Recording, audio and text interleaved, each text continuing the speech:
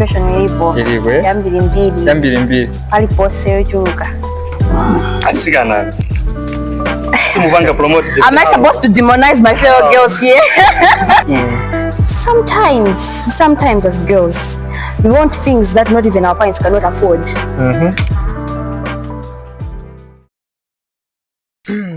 All of you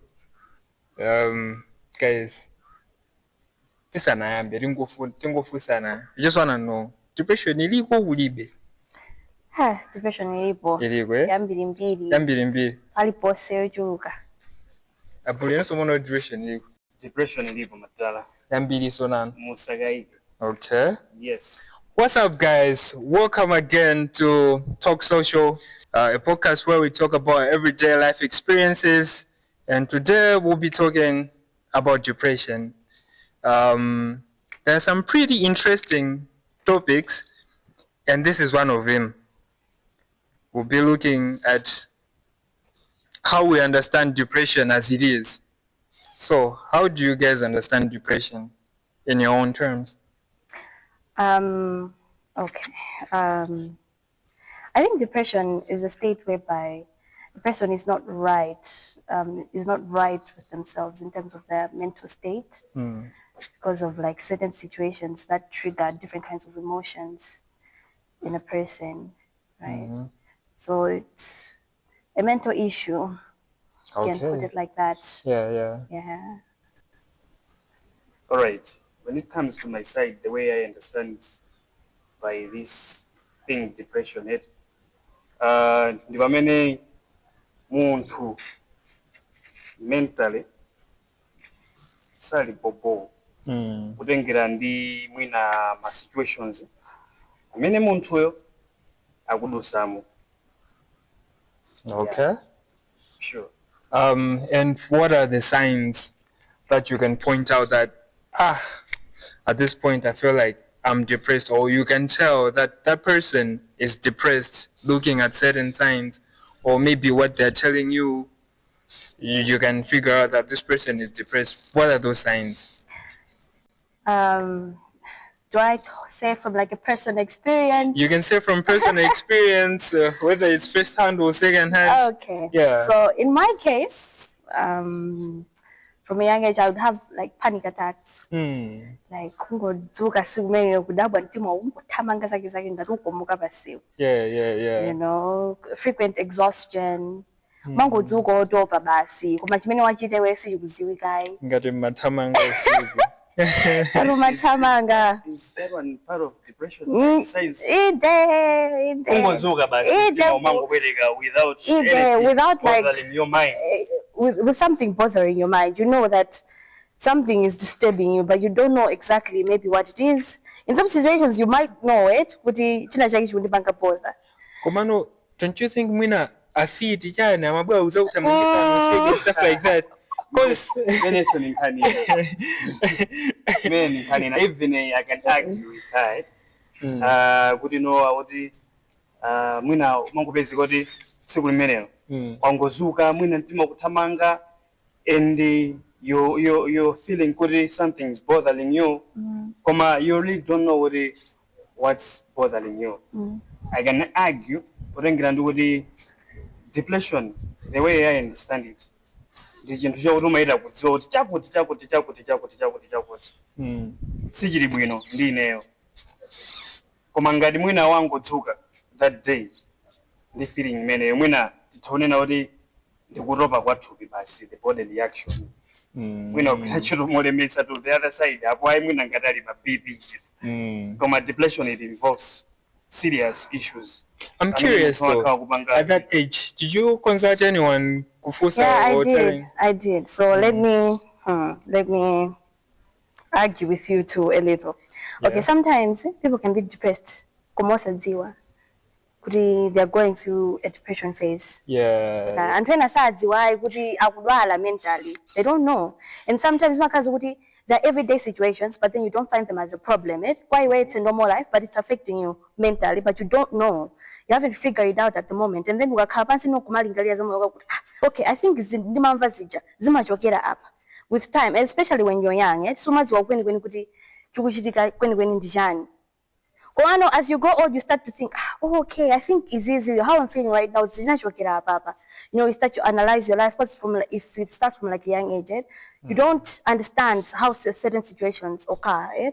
Umango na basi, but okay, why are these things happening like this? But then they don't make sense at the time. But when there are other situations that could, in the case of like Mtwanko, right? I think I'm going through this in my life, and maybe the cause of my depression is from this. Like mental exhaustion, which is not functioning the way sad, Johnny, performance goes down, things like that. Okay. In a before you proceed, maybe you want to ask certain No, I don't want to. Okay.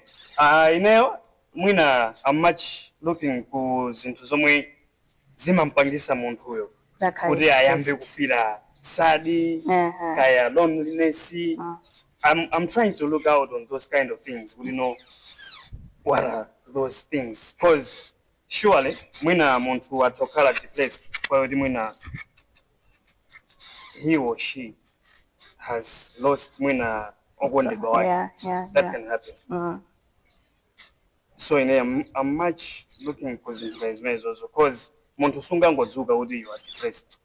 Depression okay, so should be a way. So depression doesn't happen overnight. It's not something that just occurs. Wangodzuka, but no. Like it's over time. It's a feeling that develops like over time. Pangon, as maybe like your problems accumulate. Now you're talking about what causes depression. Exactly. Let's hit on that. Depression is caused by several things. Number one, I think the first trigger is environment. Whether be it like your environment from like your home or be like in terms of school, but your immediate surrounding. Yeah. That's what I think that would be the first cause of somebody's depression because everything else is external. Okay. So when you say home, school, that's where everyone is literally going. Yeah. So what would trigger a person at school? Or maybe a few examples of things that would trigger a person when they're at home. Is it the beating they get for getting in trouble or something? I think yes, has gone through the phase of mommy and wow. Yeah. But then in other people, I've heard others in extreme cases. The point that like home-based violence, I could say. Yeah. Because the normal beating, but then there are some cases where kind of a thing. Yeah. Right? Maybe my parents are divorce and then maybe one of the parents is unavailable. Things like that. Any kind of a person or even to like an adult. It is affect. Because it's something you weren't expecting in your lifetime. Yeah, because as a family you're one and then the expectation is that you'll be one forever. Yeah. Okay, kodi Ojen kuthawa chibwezi tingamanene kuti ungabwerese depression ineliyonse kwa basi kopya. So you're saying out of experience again. Okay. The reason why I am asking, most of the time, and to face silimatausianisa kweni kuti stress and anxiety, the depression. How different are they? Everything depression, this, depression, that. Silimataona what is it? Okay, now we'll start with the stress and anxiety. On the stress and anxiety, I think stress, it's happening in that moment. Like, let's say, you go to work in the morning and, your boss tells you you're fired. You go home, you're stressing, right? You're thinking, how will I go about my life? But with depression, like I said, it's not an overnight thing. It doesn't happen in that moment. It's like an accumulator. Yeah, it's built over time. An accumulation of different kinds of emotions. Continuous. It's a continuous thing. Kuthawa chibwezi kutobwesa depression zikusiyana bwanji ndikuotha kwa ntchito kuti okay siku limenelo wakonzeka bwinobwino kupita ku ntchito akuza you are fired ukuti ndi stress siku limenelo boyfriend wako wangodzuka mwina madzuka kupasana moni bwino just as a normal day, good morning baby, good morning honey, whatsoever, and tsiku limenelo wazuka zapopo wakupasa moni wayankhulana bwino and nkukuza zoti I think you and I we should go our separate ways. From what she's saying, I understand kuti she's saying kuti end of relationship can lead to depression. Yeah. But then the moment relationship and stuff, what kind of stress? Yeah, in that moment. In that Okay, moment. meaning to say but then and stress. Yeah. Now the depression is an accumulation of that stress, and then it can be stress of different types. Now accumulating. Palantena ukuthi zimavuta kumvesesa Yeah. acceptance and stuff. So that's why it's babizika sokuthi jani is wanga accumulate. Okay, komano despite kuti I do understand first of all kuti anthu fedna badwa anthu siyana siyana. Yeah. Pala anthu ena kuti no chinthu chicha chikachitika they will easily accept the situation. Pala anthu ena kuti mwina it takes some time, a period mwina kochepa chabe. There are some people, I mean mwina ineyo au much less focus on those kind of people kuti mwina chinthu chachitika ngati lero. Koma dila nacho mwina kutha almost mwina chaka. Mwina kuma 6 months imene akudila nacho chinthu chicha. Koma without finding a real solution kuti chinthu chicha dila nacho bwanji. So I don't know kuti anthu ngati amene angathandizidwe motani. I don't know kuti or in another way. Iwe ukazori ndiweyo. How can you assist that person? How would I? Okay, now it starts with the kind of person that you're dealing with. It starts with the type of person. I mean, because ngadali muntu wokuti is open and is able to talk about their feelings. That person, I can assure you, I mean, win-win, because there's like that frequent communication, how they're feeling in the moment, and like a problem shared is half solved. That saying, and it's true, because something is bothering you, you tell your friend, whoever it is you're comfortable talking to. I feel like it's not as heavy as it felt before when you were keeping it to yourself. Now, that would be the first step. How I'll deal with that kind of a person is ask them to communicate their feelings. If they're not ready in that moment, it's okay. Kumpasa time. And it's understandable. You leave that person to like get themselves together. So I think that would be the first step. Second step, I think also our judge and so don't judge them, don't like criticize them for how they're feeling in the moment. And we deal with different situations differently, right? So yeah, I think it's not nice to criticize people. So Panova, ajinyamata, matoka zuri you are depressed, huh? But then what's afuna zote magaya ziwe? Why do you think that is so? I think we live in a very judgmental society that does not prioritize mental health, and that is a big problem. It's why I'm moving from a suicide case. Like somebody just killed themselves last week. I don't know if you heard that. Yes, you remember that situation? Like we live in a society whereby we do not prioritize mental health, which is a very bad thing, because people are dying from the inside. They're dying silent deaths. What can people do? Whether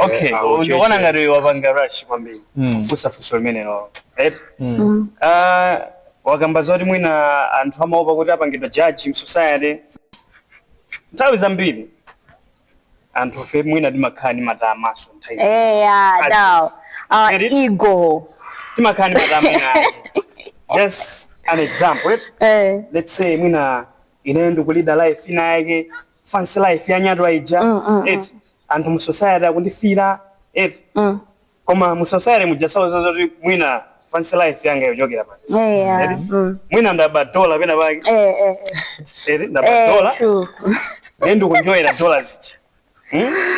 Eza fika pondi tina noti kaya mwina ndikuopa kuti pamene ni mababa aja apapa ndi andinjata by any means. Nde ukhale munthu woti umatumbwa mu society muja. Ayo. Do you think ukakamufikire munthu woti akuthandize? Sizingatheke. Nthawi zina timakhala sotoka. Timazi amati chani. Pali chiwa china chake amati timamanga ndende toka. Nthawi zina. Ona? Pamene munthu okuti ali very open, doesn't care what the society say. It's not easy munthu ameneyo kuzipa. It's not, yeah. It's not. For you, once something bad has happened to that person, you'll be able to communicate. Akapanga communicate, no matter what. And mwina ningopanga agree so ndiweyo. Society yathu inatipweteka. Tikatengera mwina imfa zambiri za anthu ozipa chifukwa mwina chama depression. Ambiri ndi anyamata. Kwambiri. Society yathu inatipweteka unena kuti nyamata salira. Yes. Koma to be honest, nyamata sakha depressed. Nyamata akuyenera kulira. Zita simukhulupirira zita. Chifukwa yoti nyamata nayenso ndi munthu. Ali ndi feeling iso munthu uchi. So akuyenera kulira. We need some kind mindset change pa zinthu zina zake.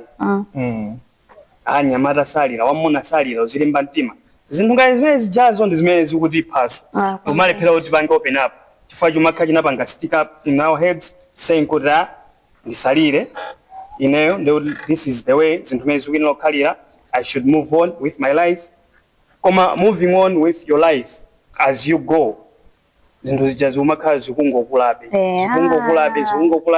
At the end of the day, you just feel like, ending your life is a solution. Yes, because you don't feel anything good around you. My substance abuse. Straight up. Things like that. It's very deadly. It's very deadly, the mindset that people criticize others who are going through things. So, to take it back a bit, as a kid, you don't know that this is depression and stuff like that. It doesn't make sense. Is it safe to assume depression is based on acknowledgement or knowledge of what this is? Depression in the journey, whether a person you accept it with her, I believe with depression, it happened. For anyamara ambira makureza depression. Don't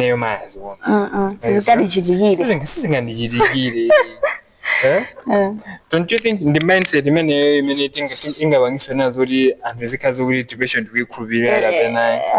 okay, with that kind of a mindset, you will not acknowledge that you're in problems. With that kind of a mindset, you will not acknowledge that needs to be clarified, that needs to be checked in good time. Because it's so vulnerable at the moment. But when you realize now, the first step to healing it, to getting better, is realizing the problem. But we need to be diagnosed first. That's when you now get treatment. Now, you're in that state. Now, how do you expect to get help? How do you expect others to see? So I think the first step to healing from this is realizing that you're in that state at the moment. Okay. So let's say Montusoma Banga realize I'm depressed or whatsoever. Then for Munaziga Moja, Zima Umenya, you're sad. A couple of days, 2, 3, and then you let go. Wouldn't you say you're better off with the mindset? What is Sumabang acknowledge depression when things come? You know that you have to go cafes for a day or two, and then it goes. I don't think we can include them in depression. It's just like a temporary breakdown. And it happens with everybody, even the most normal person that you can come across. It's like it's just a temporary breakdown. It's for that moment. Within the cafes, it fades away. Like we said, depression is like piling up now. Piling up of different emotions or the same kind of thing, but then you're not able to let it go.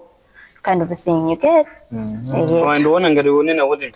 According to your explanation,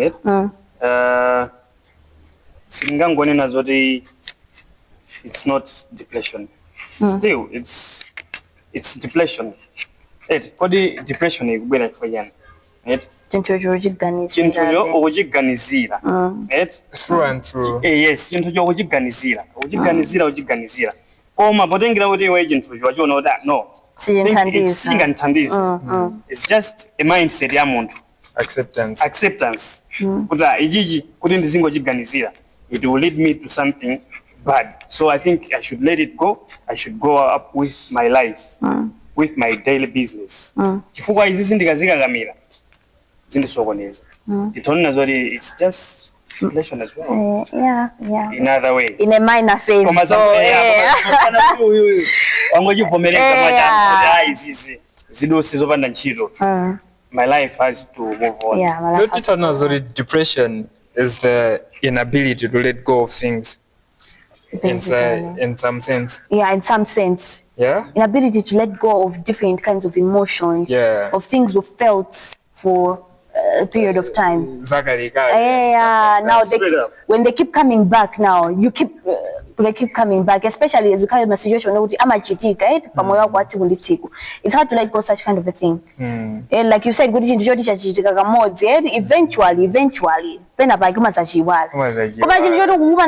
the daily, that one is hard to let go. Komano,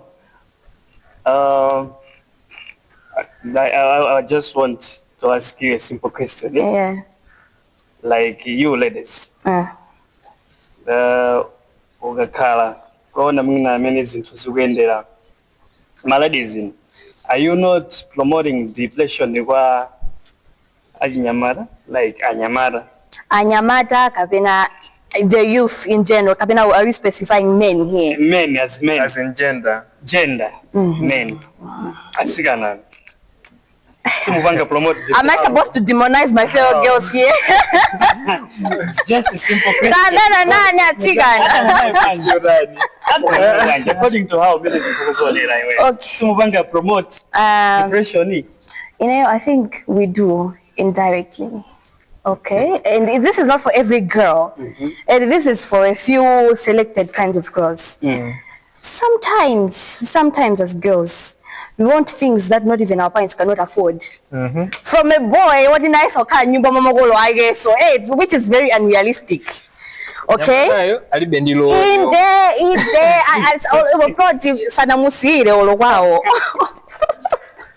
In there, sometimes I think it's very unrealistic. I think girls now we give boys that kind of impression. Not a guy who just can't be busy, pushes it. I'm paying a press girlfriend. But hano malamba zuri mina dola kushava bena bage jani nkani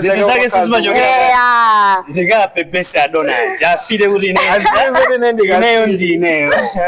kuri asunge wina kankazi because I mean sometimes I think boys makan with that mentality of hey, maybe if I lose this one since abeza so wina ngata mine you then dipange zodi ndi samari amine ndi naye kale you Mona, then you do everything in your power to maintain this one.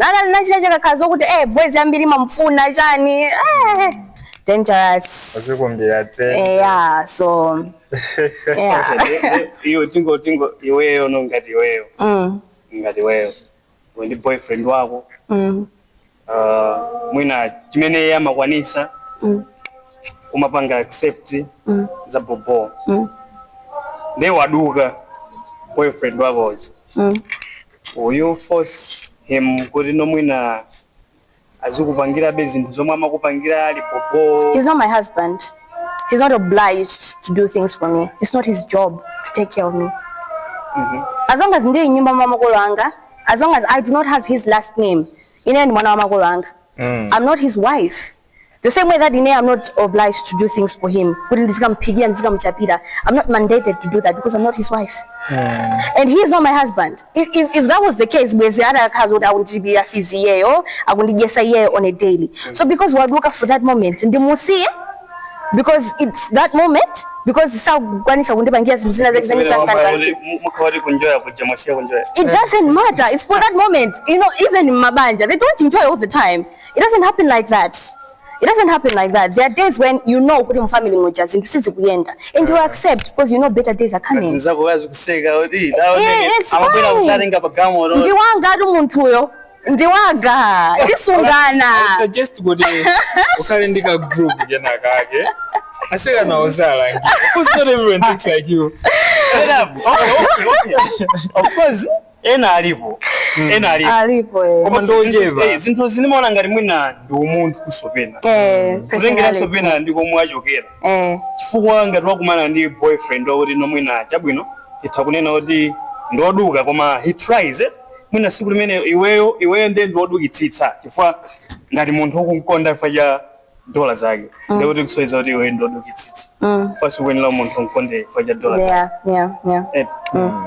Newe oduka siku limenelo iyeyo ndikuduka kwake kwa level ya boy kuti amakwanisa kupeza kandrama wakutengera demene yawo kuti malo apo fira zina zake zabwino zichi aduke kuyamba kuona anthu ena a level ngati yomwe anali iye chakuti no azikupepesa sinanga you were just there for makashi yake Now what? Because uri muntu asintha maganize, I think it really depends on the type of person. Kuti amazirenga morani anthu ambiri panova status ndimene mavura kuti my boyfriend awena ziniwanga spoil and stuff like that. Mamuna wako amene don't have his last name. Yeah? He's not mandated to do anything. Yes, the little things matter in the relationship. Once in a while, it is okay, no matter how small it is. Like, this is personal, right? I'm not attacking anybody here. We're not attacking. This is personal, right? Like, no matter how small it is, it's little things that matter. Spoil, but he doesn't give you attention. He cannot even spend quality time with you. We've seen this a lot. So I don't think there's a point of having a relationship because we're supposed to relate, right? We're supposed to be together. We're supposed to communicate. Emotionally unavailable. Nonchalant. I don't know. Then some of us, you are my favorite day. As long as I want provide. Where there's money, where there's money, a lot of girls go blind to the things that are happening in the relationship. Yeah. But my boyfriend then I would you all carried it out. It's not acceptable to the girl. Yeah, I'm on with hope that maybe someday He will change. Yeah, he will notice me. You know, he will appreciate me in a certain type of a way. You know, so like, but you know, the guy, hey, khala kuti sikupenda wamisako yake amwembie sorry babe for missing your koko makumula atira nkasi unali kuti umatani asangokuimbira maya yako unali pakhoyi na yanga suna yankhe bwanji you know toxic mindset like that inga cause depression in a girl, especially if you're a person that you're not confident enough to leave the relationship or you really care for this person and all you do is like hope for better days with this person, but they're not coming still. But you are still there. Now, that can cause depression for the longest time. In that regards, would you say Gudi Abobo Vuru is the guy or the girl? I would say both. Both, yeah? Yeah. But Bobo, for initiating such kind of feelings in the girl. Now, the girl, in the terms that she does not know her worth. She will not allow herself to leave that relationship when it no longer serves her purpose. Right. Okay, nimamvesera mwajidwe. Ineyo ndoona ngati osewa soipa. Soipa. How's that? Muntu uchira kuona kuti opangidwa nkhaza. Why are you sticking to that person? Sibanja tu. Ndi chibwenzi. Chikondi ngakhale chikondi chili pamenepo. Chikondi munthu samazunzike faja chikondi. Muchikondi others don't see it like that. No. Muchikondi wani si muchinthu chokuti uzilira. Si muchinthu chokuti uzikhumudwa. No. Muchikondi ndi malo amene wewe ukuyenera kupeza mtendere. So weko chita kuona kuti munthu uyu umene andipangira treat. So ndipangira treat bo. no makala ma stress each and every day, which ma stress your mind banga lead to depression yomwe tukamba icho. Okay, that being said, so wait. idea both tadikira no muntu uzikandi choice, muntu uzikandi chisankho. Kodi reason yopangira chibwenzi ndi chani? To know the person mene amapangira zinthu zake despite what you love that person. Muntu wamuona kuti angokhala kuti bula chabwino sponsor yama kupasani yeah. Osasunthapo bwanji. Now, nsigana amakhala kumazifusa mafuso ukuthi in the first place, why is my partner acting like that? There is that component of why is my partner acting like that? Oh, maybe he's just had a bad day at work. Maybe I can survive that. Okay, mena mwina kwa mwina zinthu kuyenda. Eka chancha naye susikana makhala mazifusa mafuso. Not because sakufuna kuchoka mu chibwezi mucha. Koma, like I've said, there is hope for better days. You know, some people are triggered by certain things, and how we handle different situations in life, we handle them different. Wina malila, wina amapresera pa wina, zindu zake zingalizmezo. So others have a toxic mindset, maybe because of zindu zimena anapangidwa kale kale. Nda amafuna kupresera pa muntu wina. Is it fair? It's not fair. Exactly. It is not fair. It is not fair. Exactly. Cause okay, antu munasankhana. Kaya ndi lady anapanga approach the guy. Kaya ndi the guy anapanga approach the lady. Munapanga accept yokhalira limodzi ngati chibwenzi. Ndiye mwaona kuti no mu chibwenzi muchi zinthu zanu sizikuyenda bwino. Mungokhalira kumenyedwa, mungokhala ndi nkhawa each and every day. The best solution, it's not hoping for the better days. No. Quit that relationship. Yeah, but it's not an instant thing. And someone's wanna chonchoka. It's not an instant thing. They just see it as Menez win locality. Aye. You know, you still give this person a second chance. That one time you completely quit. In the process,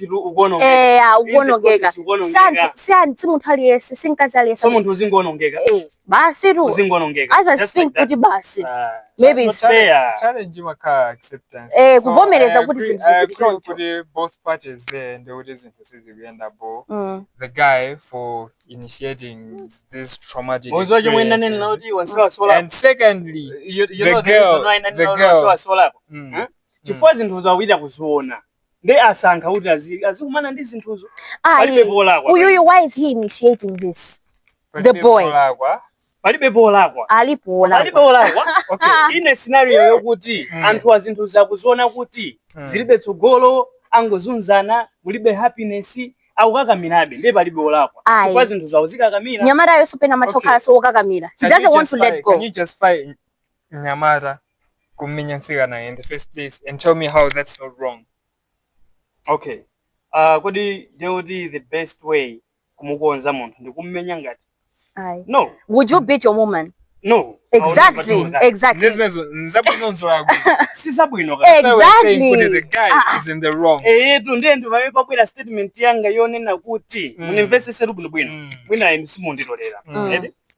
Anthu muira udzozo di boyfriend wangai. Amandikuntha.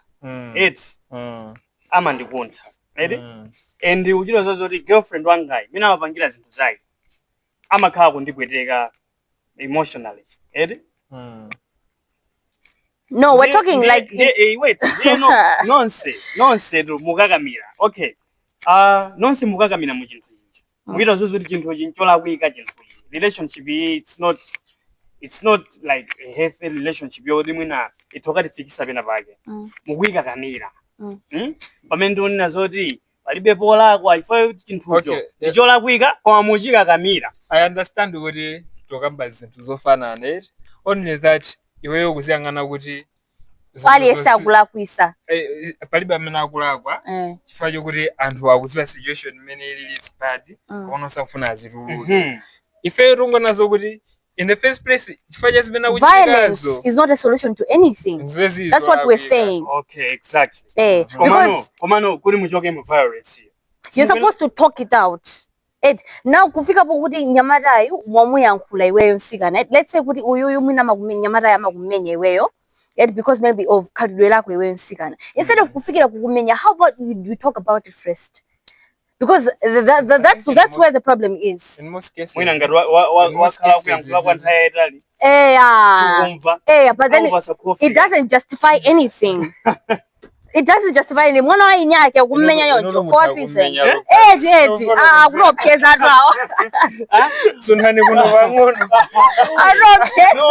Munthu omwe yankhula chomwecho sakusintha akuzapanganso chomwecho ayiwe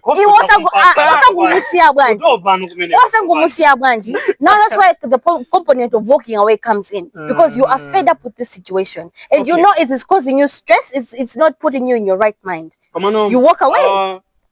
What's the best things, the best solution yomwe tingadire ndi this kind of depression yomwe yachinyamata mwina amakumana nayo ma relationship first and indeed depression as overall mwina like unapangila set example yokuti kunchito mwina akupanga fire unexpectedly it has caused you stress thereafter basi chifukwa yoti iwe mwina iwe as a breadwinner mulibe hope ina iliyonse zinthu zichazikupanga lead ku depression.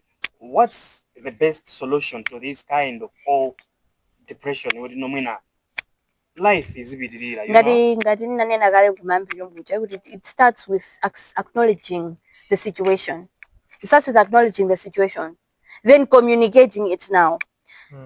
It starts with acknowledging, because like many people, somebody when you go to a doctor, they need to diagnose you first to be able to treat you.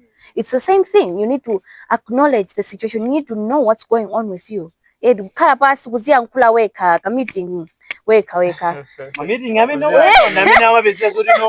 solution yake ngotenga chini na meeting yake no amene wawa because you have a heavy heart, you're thinking a lot, meeting you gamba yoda I think nditatele I think the best solution ajingwe kudenga komano I think the best solution would be kuti munthu ukalingalira kuti ukawunikira kuti vuto ndi chani zikuchokera pati somwe ndikumamva zikuchokera pati. Try to communicate with somebody amene kuona kuti wewe unali comfortable. Sizingatheke kuti zimathatheka kuti nyumba mwakwanu mwina mulibe amene uli naye wewe comfortable, but maybe you're comfortable with somebody outside your immediate environment. Kaya lecture yako, kaya your workmate.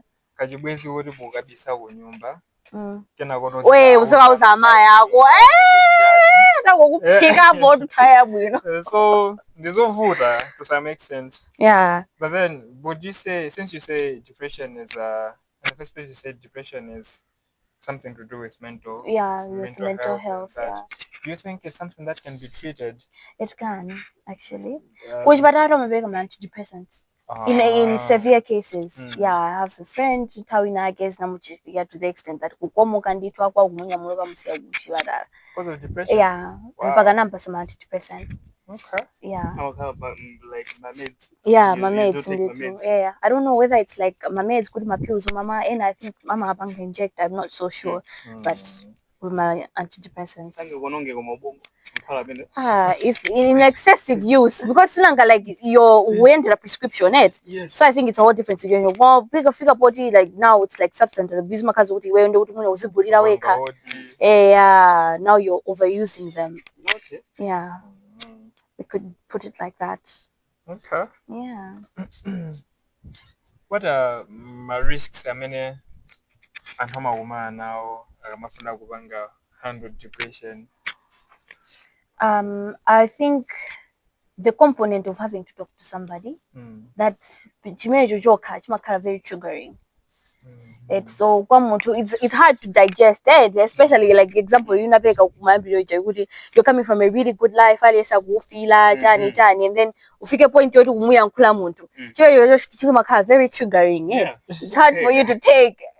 It's really risky. It's really risky. You feel like your pride is at stake. So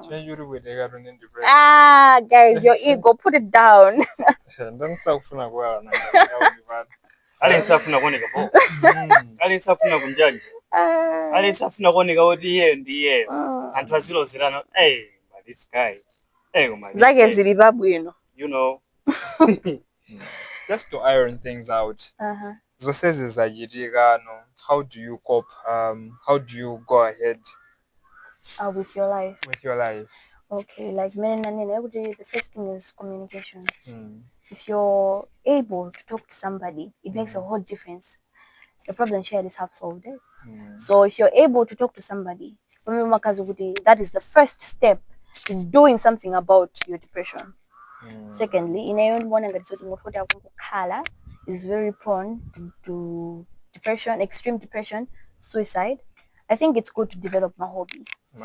Yeah, something to keep you busy, to keep you distracted, away from. To keep you productive. Yeah, to keep you productive. What is something that you can be doing, and then you should reward yourself because you feel good when you have achieved something. Exactly. So I think it's good to have hobbies and kukhala muntu wokuti umangokhala kunyumba umangogona TikTok utsiku lose. That's my hobbies how mashabini. Self-sabotage imene uzononga eka. Okay. Yeah. All right. That being said, we've come to the end of today's pod. You were with me, Maiwatu, and Claire, Jumia. Blessings. Yeah. We'll catch you next time where we'll be talking about very, very interesting stuff in the next topic. I won't say what it is, but you should be back. Don't forget to like, subscribe, comment, whatever you gotta do to support your guys. Peace.